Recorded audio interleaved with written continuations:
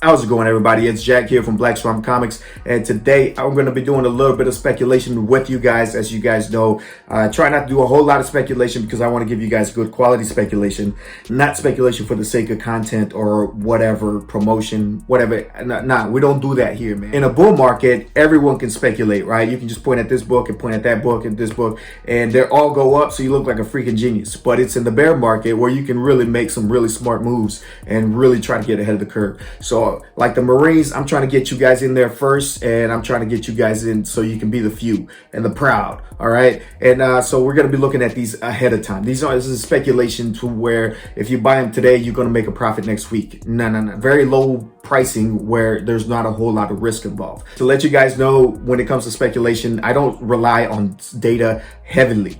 I think data is important. I think knowing how to speculate is important, how to know the market works. That makes you a better collector. It makes you see trends and everything, and it kind of makes you shifty, and it makes you smart when it comes to some of these things, right? But I don't rely heavily on data. And the reason for that is because where does the data come from? The data comes from the recording of other people's behaviors. So you're basically waiting on other people to make moves so that you can make a move, right? So you're already behind somebody else. So the way I kind of approach it from kind of like a psychological, social aspect. And social psychology is something that depends more on probability. And probability is not really like in the sense of gambling where like you have a 1 in 10 chance of this happening or whatever. No, it's more on statistical significance where you can reliably replicate a result by isolating a certain variable from interacting with other variables and then continuously being able to do that. So that's usually how you measure human behavior, because behavior is not always going to be 100%. People are,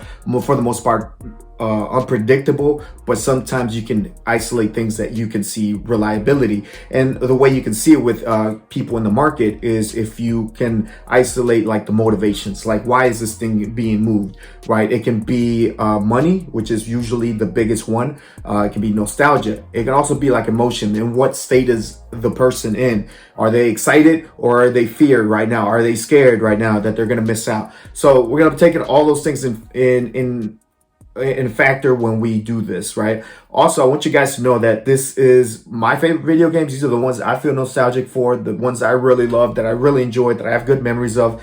But that doesn't mean that they are for you. They mean, I'm basically telling you guys like, hey, maybe you should think about the video games that you enjoyed, the ones you love, and then maybe start thinking about it.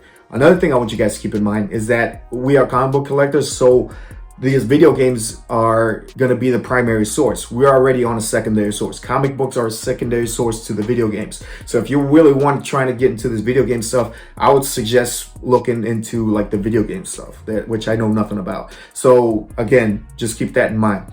Also, I'll keep in mind that some of these properties may not take off just because Last of Us and all that stuff, you know, they might be doing everything. It's going to be looking good. It doesn't mean that, you know, your favorite video game, if they do decide to do something with it, it's going to be great. You can see that they taken a lot of liberty with a lot of the Marvel stuff and a lot of the DC stuff where they just kind of switch stuff around where sometimes it's unrecognizable. And there's always that risk that Hollywood's just kind of butcher your favorite, you know, IP or whatever. So just keep that in mind as well, that nothing is for certain, right? This is just based on probability. But that's why I'm trying to get you guys on the ground floor.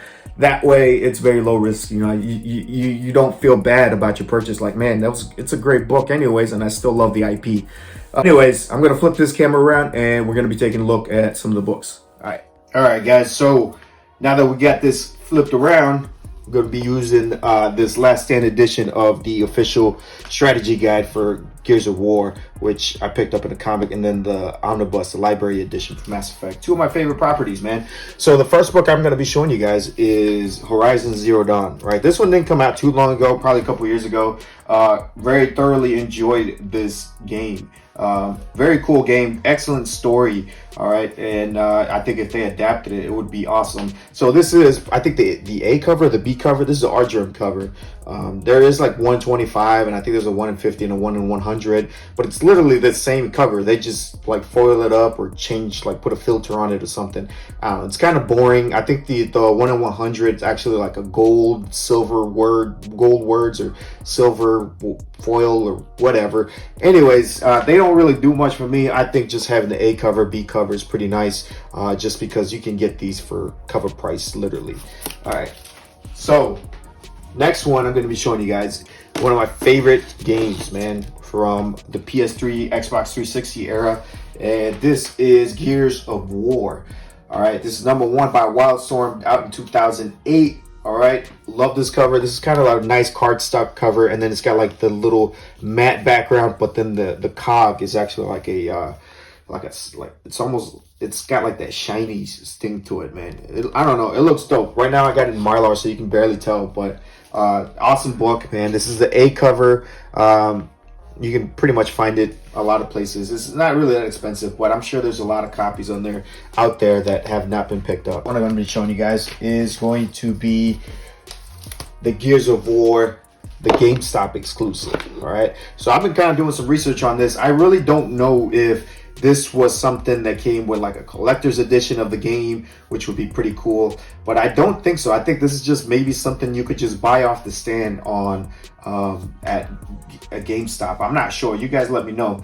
But anyways, you really know when you start to get into uncharted territory, because when I bought this game, it came with this strategy guide, and then it had this signed lithograph with it, right? But the comic had no bag and board, and it was just kind of tucked in on the inside of this, along with this, right? And then it was inside of a bubble mailer, and I got it like that, right? And I've been getting like some weird stuff being shipped on me. Like here is the Blockbuster exclusive, and this one came in a cereal box. All right, they tucked it in the cereal box, and it came in this. So again, with this Blockbuster exclusive, I think it was just a game or a comic. I think you could just buy this at Blockbuster. I don't think it came as part of any kind of bundle or anything, but I could be wrong. Anyways, they shipped me this and this, and then I also got like a Mass Effect one that was shipped to me in this, one of those binder things or whatever.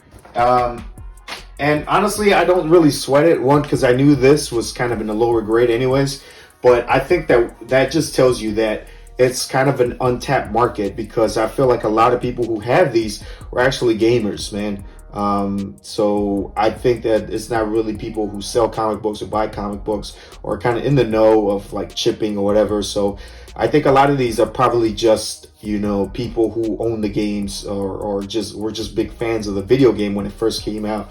So if you're buying any of these, I would just probably send them a message just to make sure that you know how they're going to ship it to you. All right.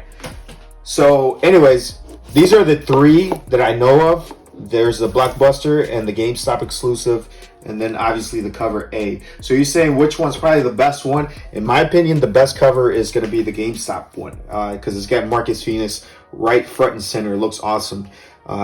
The Blockbuster one's pretty cool. I think that this one might be the one that people chase after. I'm not really sure what the print count on these are, but this one, I think people might chase after this just because of the Blockbuster tag. I think it's got that kind of nostalgic feeling, and the fact that Blockbuster is out of business might give the illusion that maybe this one's more rare than this one. So I don't know. To be honest, I don't know. I don't know what the print count for this is either. So I don't know. I have more research to do, and like I said, if you have all three, then you ain't got to worry about it. All right, next we're going to be doing Mass Effect. All right, so Mass Effect, a lot of the stuff is not even on the app, dude. Like it's not. We're really getting into uncharted territory. So I've read some of these. I've been reading the omnibus for Mass Effect. I read it. So the first one I have here is Mass Effect #1. All right, Mass Effect #1. This one, if you're a Mass Effect fan one, this is probably the biggest one you want.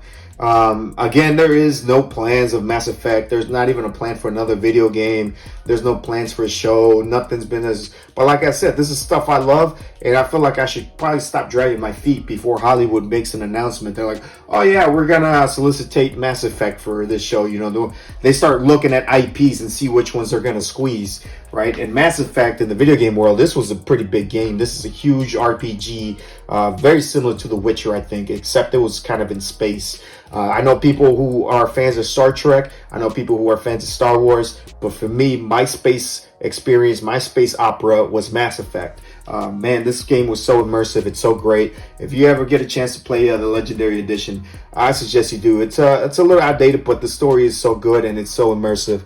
Anyways, this one has the first appearance of Liara, first appearance of Cerebus, first appearance of the Elusive Man, first appearance of the Blue Suns, first appearance of, I think her name's Aria, the leader of the Omega asteroid. So lots of first appearances, right? Lots of first appearances. So this is probably going to be the biggest book. And mostly I'm saying that because it has some of the bigger characters in here. Like Liara is probably going to be the biggest character right after Commander Shepard. So you say, where's Commander Shepard? Well, so far from what I've read, Commander Shepard's only appearance is in Mass Effect number 2. I think this is his first appearance, but it's more of a cameo, and it's not really him. It's his body inside of a box, so it's kind of in a casket. I don't know. It's a cool story, man. It's a cool story, but I don't think Commander Shepard makes any appearances in any of the other comic books because, those of you guys who have played the game, you guys know that Commander Shepard is not the same in anyone's video game, right? You can customize him. You can make him a male or a woman. You can, pick his identity, whatever. You can hair color, everything. And I think that's what they kind of went with comics. They didn't want to establish any Commander Shepard as the one. I do have a suspicion that he is in one of the Foundation ones, but when I figure out which one it is, I'm gonna let you guys know. All right. So far, but however, this is like technically a cameo. He's inside of a box. He did. All right. So, anyways, that's a good one. Here's another one. This is the Free Comic Book Day Mass Effect. So this is the first appearance of Joker, the pilot, and it's also the first appearance of Blasto. So Blasto within the video game, he's kind of like this alien.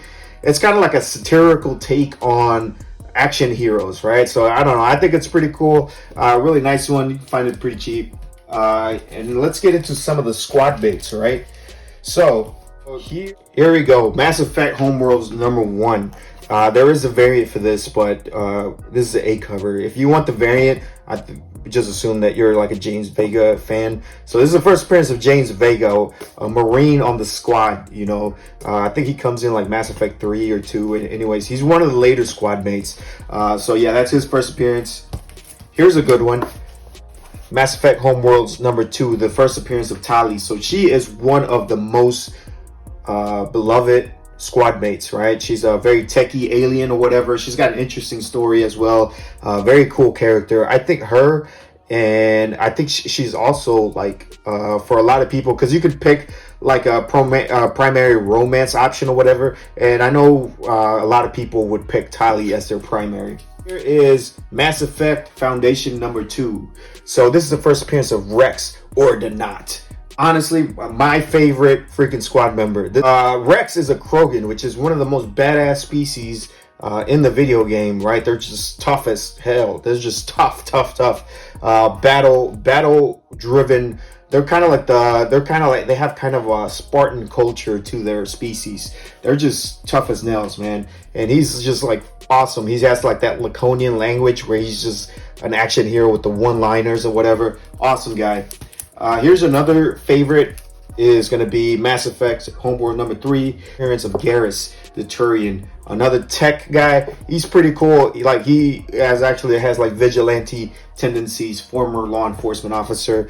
Very cool, very awesome. Another one of the very, very popular characters. So, all right, so this next one is a very cool book.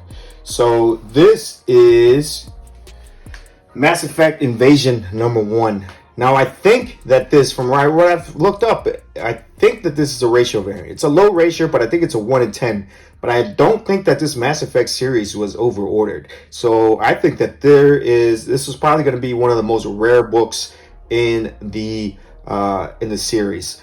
I don't know what the print count is on some of the later issues, especially some of the variants, but I'll show you some of those. So let's take those down.